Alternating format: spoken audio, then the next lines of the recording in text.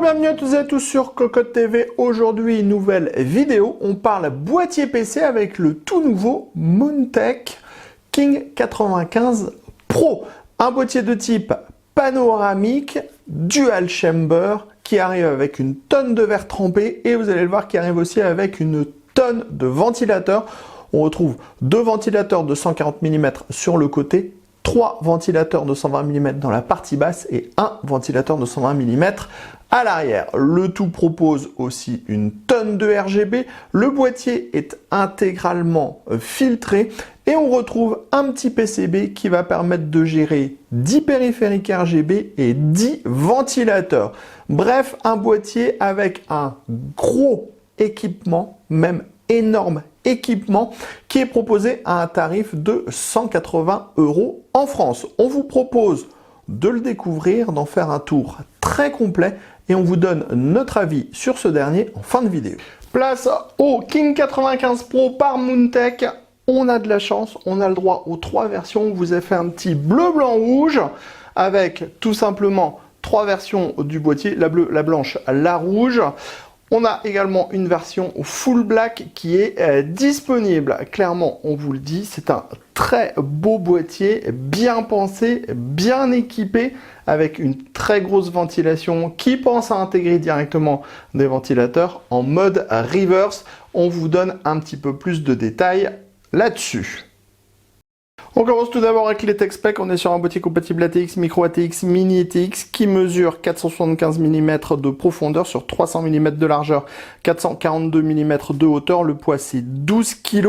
On est sur un boîtier qui pourra prendre en charge un ventirad CPU de 175 mm de hauteur, un GPU en 420 mm de profondeur, une alimentation en 190 mm.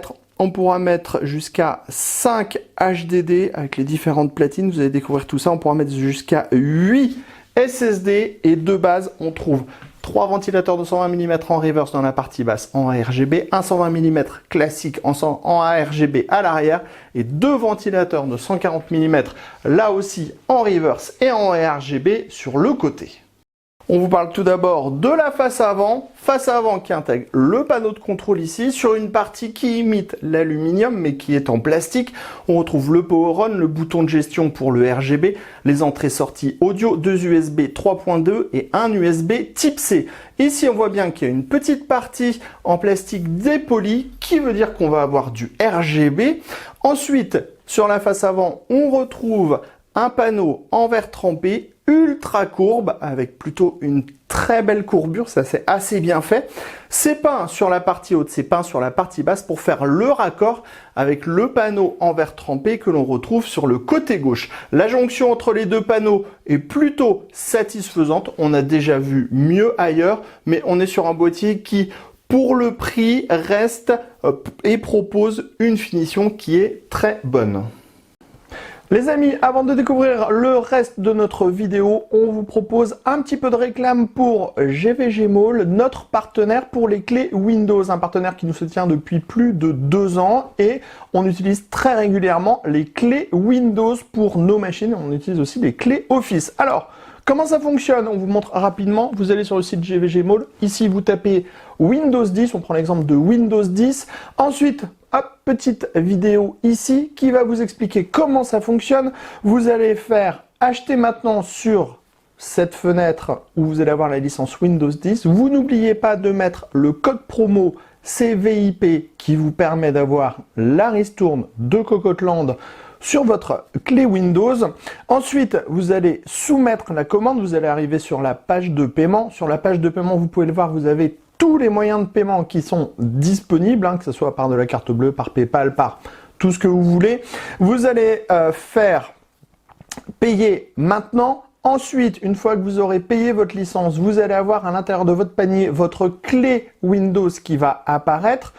Et là, il suffit juste de copier votre clé Windows et de la mettre sur votre produit Windows 10 pour pouvoir tout simplement activer votre Windows et utiliser pleinement votre licence Windows 10. Donc, vous avez vu, 40 secondes à peu près et le tour est joué pour avoir une licence officielle pour votre PC. Sur la partie droite, on retrouve un panneau en acier qui fait une belle jonction avec la partie qui imite l'aluminium. On voit que c'est intégralement aéré. On voit le filtre en nylon qui est disponible derrière et c'est monté sur des clips comme tous les autres panneaux du boîtier. Sur la partie supérieure, on retrouve en fait le même design que sur la porte de droite avec beaucoup d'ouvertures. Le panneau est monté sur clips, on y reviendra plus tard. On a cette petite découpe qui est bien faite et qui reprend bien toutes les formes du boîtier. Et bien sûr, c'est filtré également par en dessous comme sur le côté droit, puisqu'en fait, les panneaux proposent une partie en métal et il y a l'intégration d'un filtre type nylon sur un châssis en plastique. On est sur un boîtier de type panoramique, donc on va avoir un compartimentage à l'arrière. Sur le côté gauche, on va trouver l'emplacement à destination de l'alimentation et l'emplacement pour la cage HDD avec ses petits paniers. Mais vous remarquez qu'on a exactement les mêmes points d'ancrage en haut et en bas, ce qui veut dire que si on veut installer la cage HDD en bas, c'est possible. On pourra donc installer l'alimentation dans la partie haute. Si on veut installer deux alimentations, ça sera possible également. Sur la partie droite, on va retrouver une grille en 120 mm avec un ventilateur ARGB. Ensuite, on trouve ici l'emplacement de la plaque IO-Shield de la carte mère. Vient ensuite 7 slots d'extension avec des caches ajourées non soudées, montage par vis à main. Enfin, dans la partie basse, on a un grand filtre amovible de type nylon qui va protéger tout le dessous de ce King 95. On termine justement sous le King 95. On va retrouver des pieds en plastique avec des grands patins en caoutchouc. Ensuite, on va avoir le filtre amovible à destination de la partie basse du boîtier, à savoir le côté du compartiment où on va retrouver le stockage et l'alimentation, et le côté où on va avoir les 3 ventilateurs de 120 mm qui sont installés, où on pourra aussi installer la platine livrée dans le bundle. Avant de vous parler du châssis, on vous montre comment on ouvre le boîtier. On a une vis à main à l'arrière pour sécuriser, une petite tirette. On tire comme ceci. Ça permet d'ouvrir le premier panneau. Pour ouvrir le panneau de droite, on a le même système avec la vis à main à l'arrière, les petits taquets. Vous avez vu, hop, c'est hyper rapide. Pour la partie haute, même principe. On défait comme ça le tout. Ici, on a un petit joint en plastique pour limiter les vibrations. Ça permettra d'avoir accès au top du boîtier. Et enfin, pour la partie avant, c'est pareil, ça se déclipse tout simplement. Place au châssis de ce King 95 en version Pro, donc avec 3 tonnes de ventilo. On vous avait parlé du fait tout à l'heure qu'on avait toutes les versions disponibles, à savoir, non pas toutes, presque toutes, mais on avait du bleu, blanc, rouge. Vous aurez cette petite platine qui sera disponible en bundle. Cette platine, elle peut se placer dans la partie basse comme ceci. Elle permet d'installer 3 HDD ou 3 SSD. Donc ça permettra d'avoir du stockage en plus si vous avez besoin d'avoir une tonne de stockage, c'est plutôt une bonne chose. Au niveau du châssis en lui-même, on est sur une compatibilité ATX, micro ATX, ITX, large accès backplate, passage dans la partie haute, passage sur le côté, passage dans la partie basse, le tout avec des caches en caoutchouc. Dans la partie basse, justement, à l'endroit où on peut installer la platine, on retrouve 3 ventilateurs de 120 mm ARGB qui sont en reverse, donc qui vont aspirer l'air en dessous du boîtier pour l'envoyer à l'intérieur de ce dernier. On pourra remplacer ces 3 ventilateurs en 120 mm par 2 ventilateurs en 140 mm. Dans le fond, on retrouve 2 autres ventilateurs en reverse qui sont en 140 mm, qui sont montés sur une grille qui est amovible, qui peut aussi pivoter. Elle est également compatible 2 fois 120 mm. Pour le water cooling, 240, 280 mm. Dans la partie basse, pas de water cooling annoncé. Si on est en ATX, si on est en micro ATX, vous pourrez mettre du water cooling dans la partie basse. On a bien sûr un large accès backplate, mais ça, on l'a déjà dit. À l'avant, rien à voir. On a le panneau en verre trempé.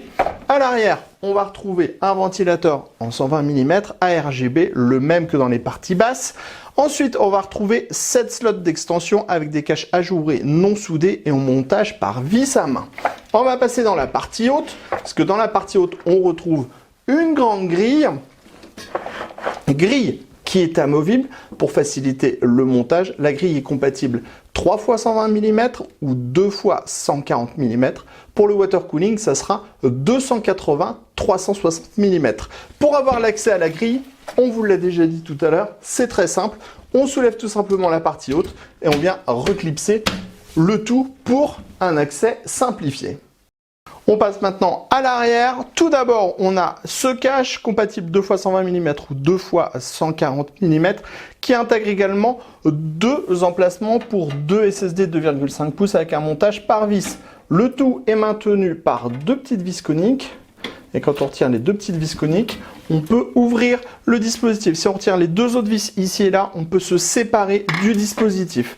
Une fois qu'on est de l'autre côté, on a perdu la petite vis, on la remettra tout à l'heure. On retrouve nos deux ventilateurs en 140 mm qui sont montés sur la grille qui est compatible 2 x 120 mm ou radiateur de water cooling de 40, de 80. Ici, on a le système de cable management avec les scratchs. On a les différents passages avec les caches en caoutchouc. Ici, on a une cage HDD qui peut accueillir un SSD ici à l'extérieur. Et après, on va avoir, quand on retire le cache, deux plateaux HDD, SSD. Pour les HDD, montage sans vis. Pour les SSD, montage avec des vis. Donc, on a pas mal de stockage. Il faut savoir, on en reparlera, qu'on peut démonter la cage HDD pour la descendre en bas. Et on peut mettre l'alimentation au-dessus. Si on veut mettre deux alimentations pour alimenter la carte graphique et une pour la carte graphique et une pour le processeur, c'est possible aussi. Ensuite, dans la partie haute, juste ici, on va avoir le module qui va permettre la gestion du RGB des ventilateurs. Pour le RGB, on a 1, 2, 3, 4, 5, 6, 7, 8, 9, 10 modules. C'est énorme. On en a déjà 7 qui sont occupés de base. Donc, autant dire que ça a bien craché l'arc-en-ciel quand on va allumer le boîtier. Et en dessous, on retrouve 10 connecteurs PWM pour les ventilateurs. On pourra donc gérer le tout en PWM avec la petite prise. Donc, c'est vraiment complet. On passe à l'intérieur de ce King 95. Bon, clairement, il n'y a pas grand-chose à dire ou redire sur le montage. On a des passages absolument partout. On a des caches en caoutchouc absolument partout. On a les câbles qui font la bonne longueur. Tout est pré-câblé à l'intérieur pour tout ce qui est ventilateur. Bref, il n'y a aucune difficulté. Le résultat est ultra propre. Notons quand même que les caches en caoutchouc ne sont pas les plus costauds. C'est-à-dire qu'il faudra passer les câbles avec précaution pour pas les arracher, mais après il suffira juste de les remettre, hein, donc c'est pas non plus un énorme problème. Bref, le montage est ultra propre, on a bien de la place dans la partie haute si on veut mettre du water cooling dans la partie haute, on a également de la place dans le fond pour mettre du water cooling si on a envie. Attention à l'épaisseur max avec le water cooling, puisqu'autrement ça pourrait buter dans la carte graphique et ça pourrait limiter les possibilités d'intégration. Mais vous le voyez, c'est ultra propre, ultra bien fait, et en plus, comme on le dit depuis le début, ça va être filtré d'absolument partout, donc c'est plutôt très bien. On passe à l'arrière du plateau de la carte mère, comme vous pouvez le voir, c'est ultra super méga propre. Tout d'abord parce qu'on a cette platine qui va venir cacher en fait l'intégralité des câbles. La platine normalement est tenue avec deux vis pour les besoins de la vidéo. On n'a pas mis les deux vis. Si vous retirez les deux autres vis à l'avant, vous pourrez même démonter la platine. Platine qui est compatible avec des ventilateurs, hein, 2 x 120, 2 x 140 mm, et également avec deux SSD. Si vous n'avez pas envie de l'utiliser, vous ne la mettez pas. Ensuite, dans le fond ici, on va retrouver un gros système avec des gros scratchs qui marchent très bien. Ça permet de router parfaitement tous les câbles à l'intérieur du boîtier. On a de la place dans la partie basse avec le petit support d'alimentation, ce qui permet de passer quelques câbles par en dessous. Bref, le résultat est au top. On a mis le SSD sur le dessus de la cage HDD. Bref, c'est absolument parfait. Comme on vous le disait, si vous avez envie de changer un petit peu l'essence de fonctionnement, c'est également possible puisque on pourra installer l'alimentation dans la partie haute, ce qui veut dire qu'on a toutes les possibilités de montage que l'on veut. Si vous voulez mettre la cage HDD en dessous, vous pourrez mettre la cage HDD en dessous. Et ça, c'est plutôt une bonne idée. On se retrouve devant notre King 95 Pro allumé. Vous l'avez vu juste avant. Pour le montage, ça donne un très bon résultat. On a un très bon système de cable management à l'arrière du plateau de la carte mère. Et une fois allumé, c'est encore plus beau puisqu'on a une énorme dose de RGB. Il faut savoir que de base, on a déjà 6 ventilateurs à l'intérieur du boîtier, 240 sur le côté qui sont en aspiration, donc qui emmènent l'air à l'intérieur du boîtier. On a 320 mm dans la partie basse qui vont souffler l'air vers la carte graphique et on a un ventilateur de 120 mm à l'arrière pour expulser tout ça. Clairement déjà au niveau des performances, ça envoie du lourd. On en reparlera en fin de vidéo.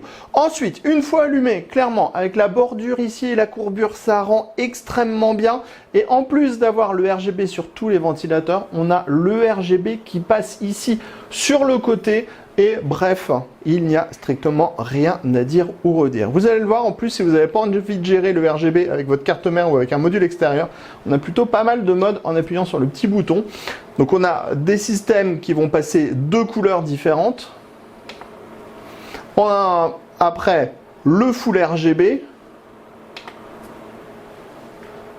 Du RGB avec 3 couleurs. Celui-là est très très beau. Ensuite, on va voir tous les modes breathing. Donc je les passe rapidement. Ensuite, on va avoir des modes un petit peu plus punchy au niveau des couleurs et au niveau des modes.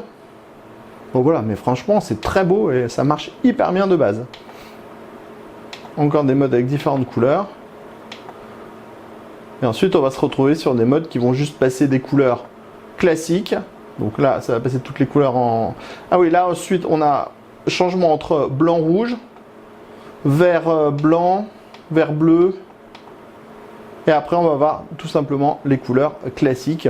Les résultats sont vraiment excellents. Vous allez le voir en plus, il y a une petite subtilité avec la face avant et les 2 ventilateurs du côté. On en a déjà parlé, on va vous le faire découvrir tout de suite. Avant de vous donner un avis sur ce boîtier King 95 Pro par Moontech, on vous montre la deuxième configuration possible pour la face avant. On a installé le panneau en mèche à l'avant qui est clipsé comme le panneau en verre trempé. Il reprend la courbure et vous le voyez, ce qui est très intéressant, c'est que les 2 ventilateurs ne sont plus plaqués sur le fond du boîtier. En fait, ils sont montés sur une platine qui permet de pivoter. On a 2 attaches, une ici, une là, et ça permet d'avoir en fait 2 ventilateurs qui pourront être en aspiration. Et ça, c'est vraiment une très bonne idée. Alors attention, par contre, on a des ventilateurs qui de base sont reverse sur le côté. Donc là, avec notre système de configuration, ça marche pas trop parce qu'il faudra avoir des ventilateurs qui ne sont pas en mode reverse, puisqu'autrement, on va expulser l'air vers l'extérieur plutôt que d'aspirer l'air vers l'intérieur. On se retrouve dans quelques secondes pour vous donner notre premier avis sur ce boîtier King 95 Pro par Moontech. Comme vous avez pu le voir dans notre vidéo, le résultat du montage est vraiment très sympa. Le boîtier propose une vraie belle vision sur le hardware, notamment avec cette face avant qui est légèrement incurvée, carrément une curve à 90 degrés. Bref, ça rend très très bien. Au niveau définition, on n'est pas au niveau des super boîtiers haut de gamme, mais ça reste très satisfaisant. On a quelques ajustements qui sont parfois un petit millimètre. Ensuite, au niveau du montage, on l'a dit, c'est très simple. On a des passages absolument partout. On a des caches en caoutchouc. On va retrouver un système de scratch à l'arrière. Bref, aucune difficulté. En plus, on a même un peu de modularité pour pouvoir mettre son alimentation en haut ou en bas. On a différentes platines pour les SSD et les HDD, donc c'est très complet. Au niveau de la ventilation, clairement, ça envoie du gros au niveau du refroidissement. C'est extrêmement performant. On vous invitera à lire le test sur cocotland.com quand il sera paru. C'est très très bon. Au niveau du bruit, clairement, avec les ventilateurs en 12 volts, donc à leur maximum, on est sur quelque chose de bien péchu, hein, on est à 52,2 dBA, c'est vraiment beaucoup, c'est très audible, mais en même temps on a 6 ventilateurs, donc c'est assez logique. En 5 volts, on tombe à 35,7 dB, ça devient plus raisonnable, mais attention, ça reste toujours audible. On pourra gérer les ventilateurs avec la prise PWM, donc ça permettra probablement de trouver un bon compromis, mais on reste sur un boîtier qui est de type performance, donc avec un niveau sonore qui sera plus élevé que la moyenne. Si vous ne voulez pas de tous ces ventilateurs ou que vous voulez moins de ventilateurs, vous prenez le King 95 qui arrive sans ventilateur. En plus, il est aux alentours des 100 €, donc c'est un peu moins cher. Que vous dire de plus? Eh bien, on a décidé de donner un cocotte d'or à ce Montech King 95 en version pro, car il propose beaucoup d'équipements. On a un très bon cable management, on a des caches en caoutchouc, on a des systèmes de scratch, c'est très joli. On a la possibilité d'avoir les deux faces avant si on veut plus d'airflow, et on a cette intéressante grille qui permet de venir mettre les ventilateurs qui sont sur le côté à l'avant du boîtier. Après, on a quand même quelques petits reproches à faire, mais qui sont vraiment tout petits, tout légers, à savoir les finitions qui ne sont pas au niveau des meilleures marques. Par exemple, la face avant, elle imite l'aluminium, alors qu'on aurait pu avoir un petit morceau d'aluminium, ça aurait été 10 fois plus sympa. L'autre point qui manque un petit peu à ce boîtier, c'est le fait de ne pas avoir un système pour monter les cartes graphiques à 90 degrés directement.